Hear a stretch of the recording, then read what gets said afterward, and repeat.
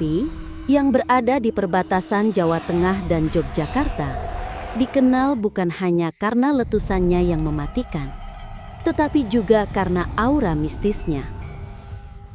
Dalam kepercayaan masyarakat Jawa, Merapi adalah salah satu gunung paling sakral yang dihuni kerajaan gaib.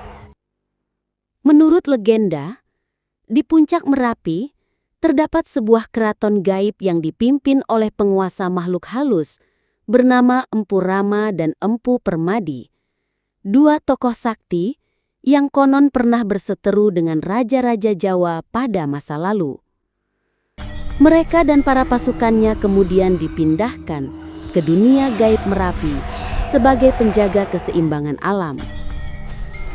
Masyarakat sekitar percaya setiap letusan Merapi bukan hanya fenomena alam, tetapi juga sebuah tanda bahwa ada pertemuan atau pesta besar di kerajaan gaib Merapi. Para leluhur menyebutnya sebagai wedus gembel atau awan panas yang dianggap sebagai iring-iringan pasukan gaib. Di lereng Merapi, terdapat pula tradisi Labuhan Merapi, yaitu upacara persembahan dari Keraton Yogyakarta untuk penguasa gaib Merapi agar tetap menjaga harmoni antara manusia dan alam.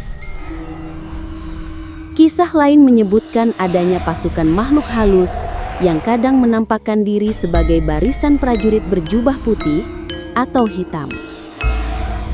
Pendaki gunung yang tidak menghormati adat seringkali melihat sosok-sosok ini atau bahkan tersesat karena ditarik masuk ke jalan gaib.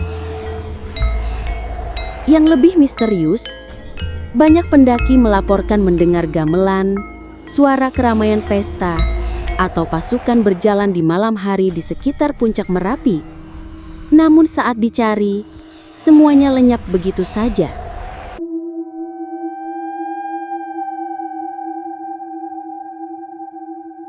Para nelayan tua berpesan, jangan pernah sekalipun memakai pakaian hijau di pantai ini. Itu warna kesayangan sang ratu. Konon, setiap malam Jumat Kliwon, dari tengah lautan muncul bayangan istana berlapis zamrud. Dari istana itulah sang penguasa, Nyi Roro Kidul, keluar dengan kereta kencana ditarik kuda laut raksasa. Parasnya begitu cantik, namun sorot matanya membuat darah membeku. Banyak kisah tentang orang yang hilang terseret ombak secara misterius. Ada yang dipercaya tenggelam, namun sebagian penduduk yakin mereka dijemput oleh sang ratu untuk menjadi pengawal di kerajaannya.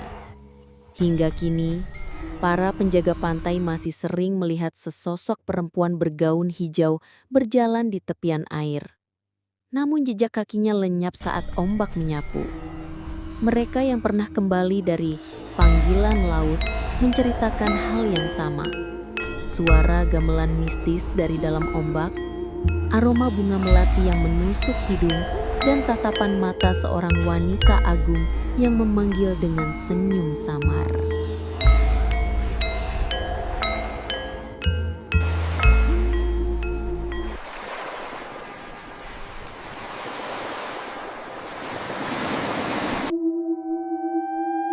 Misteri Candi Sukuh dan Candi Cetoh.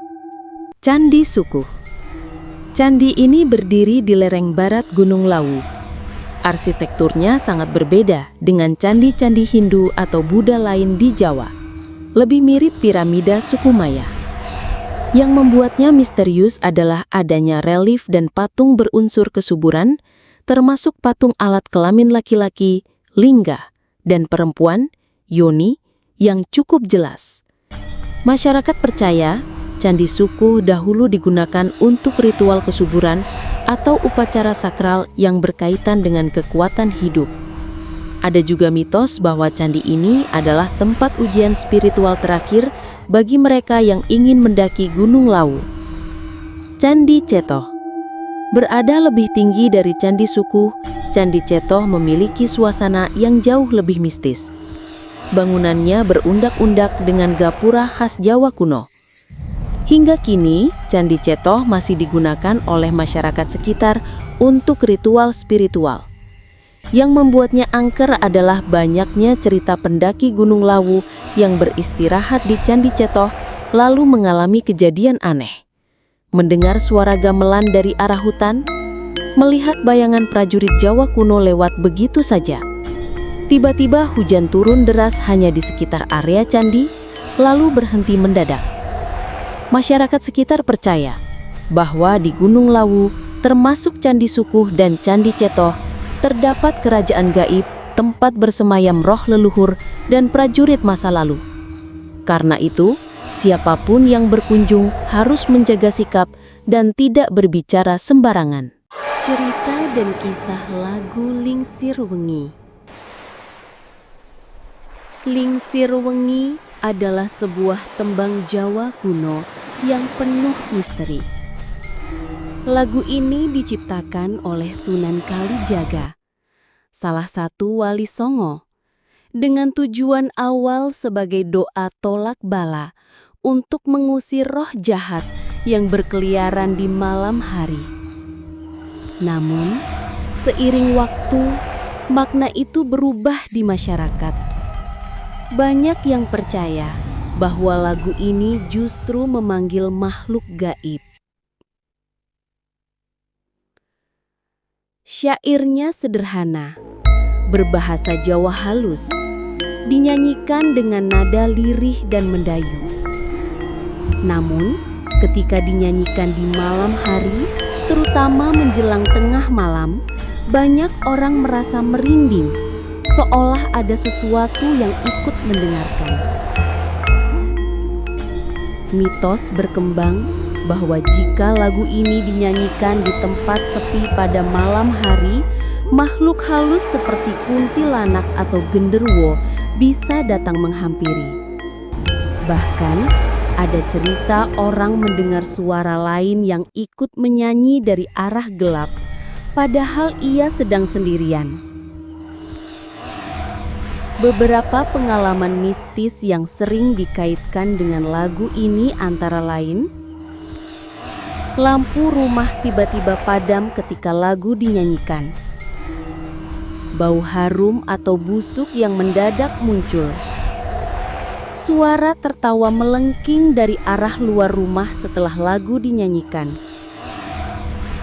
penampakan bayangan perempuan berambut panjang yang muncul di jendela. Meski begitu, ada juga kepercayaan bahwa lagu ini sebenarnya tidak berbahaya bila dipahami dengan benar. Justru makna aslinya adalah doa untuk melindungi diri dari gangguan gaib. Namun, karena aura nadanya yang sendu dan sering dipakai di film horor, citranya berubah menjadi menyeramkan. Jangan lupa subscribe.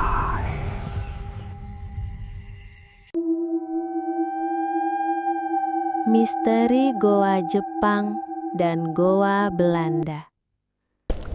Di kawasan Taman Hutan Raya Insinyur Haji Juanda, Tahura, Bandung, terdapat dua peninggalan sejarah yang terkenal angker, Goa Jepang dan Goa Belanda.